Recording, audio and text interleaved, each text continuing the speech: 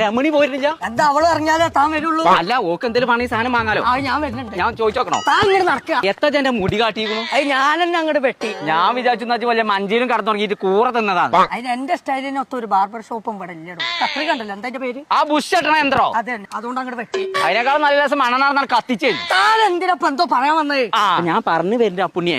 ആ നിങ്ങളൊക്കെ എവിടുന്നാ വരുന്നു തന്നെ?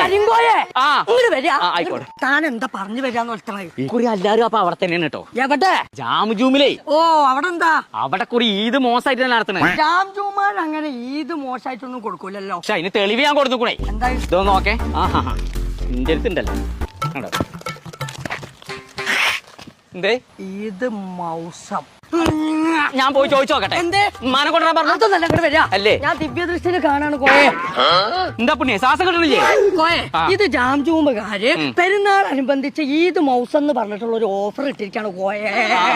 ഇത്രയും തനിക്ക് നോക്കി പറഞ്ഞതിന്റെ കോയെ കുറച്ച് ചില്ലറ ഉണ്ടെങ്കിൽ തരാ. പോയിക്കാറ്റ് അവിടുന്ന്. അതൊക്കെ എല്ലാവർക്കും അറിയാം. ആ കുട്ടികൾ വരെ എന്റെ അവിടുന്ന് അല്ലേ കാണിക്കാച്ച് കായ് വാങ്ങാൻ വേണ്ടി കൂട്ടായി പേര് വന്നേക്കോ. ഇനി ചോറ് കഴിക്കാൻ കഴിഞ്ഞെല്ലാം വന്ന മാതിരി 1:30 ആവാൻ നിൽക്കരുത്. നേരത്തെ പോകുന്നുണ്ടോ? തന്റെ പെരുന്നാൾ നിസ്കാരം കഴിയുമ്പോക്കും ഞാൻ അവിടെ ഉണ്ടാവും. ശകുനം മുടങ്ങിയതാ. എന്റെ മൂത്താക്ക് വീണ എന്തിനാ എന്റെ കാൽമൊക്കെ വലിച്ചിട്ട്?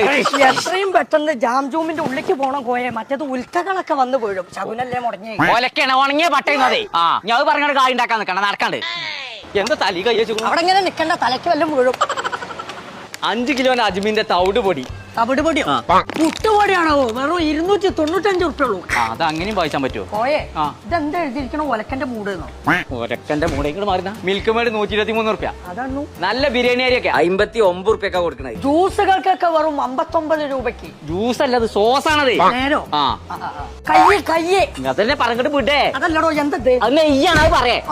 വെറും 279 ഉറുപ്പിക്ക്. അയച്ചാറ പറ പലാസ. എന്തേ നിറപറന്റെ മസാല ഇടൂ കരിങ്കോയെ. തന്നെ വെറും 29 റുപ്യ. നാട്ടുകാരെ കൊണ്ട് പറയിപ്പിക്കാം. എഴുതിയത് തെറ്റിയതാ. റെഡി അല്ലേ? അടുത്ത് പറയണേ. പക്ഷേ ഇത് ഇംഗ്ലീഷ് ആണല്ലോ.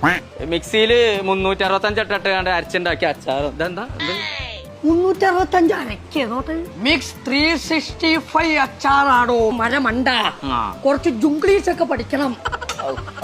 പുണ്യേ തൈരുണ്ടെങ്കി പിന്നെ ആർക്കറിയാം. ചോറിന് പിന്നെ ഒന്നും വേണ്ട. അതെ വെറും 99 റുപ്യ മതി. ഈ പെരുന്നാള് നിങ്ങൾ എല്ലാരും കൂടെ ഒത്തുകൂടിക്കാണ്ട് ആഘോഷിക്കാനാണ് തീരുമാനിച്ചിട്ടുണ്ടെന്നുണ്ടെങ്കിലേ സാധനങ്ങൾ വാങ്ങാൻ നേരെ ഇങ്ങോട്ട് പോകുന്നോളി. നമ്മളെ ജാംജൂമുക്ക് മെയ് 21 മുതൽ 29 വരെ.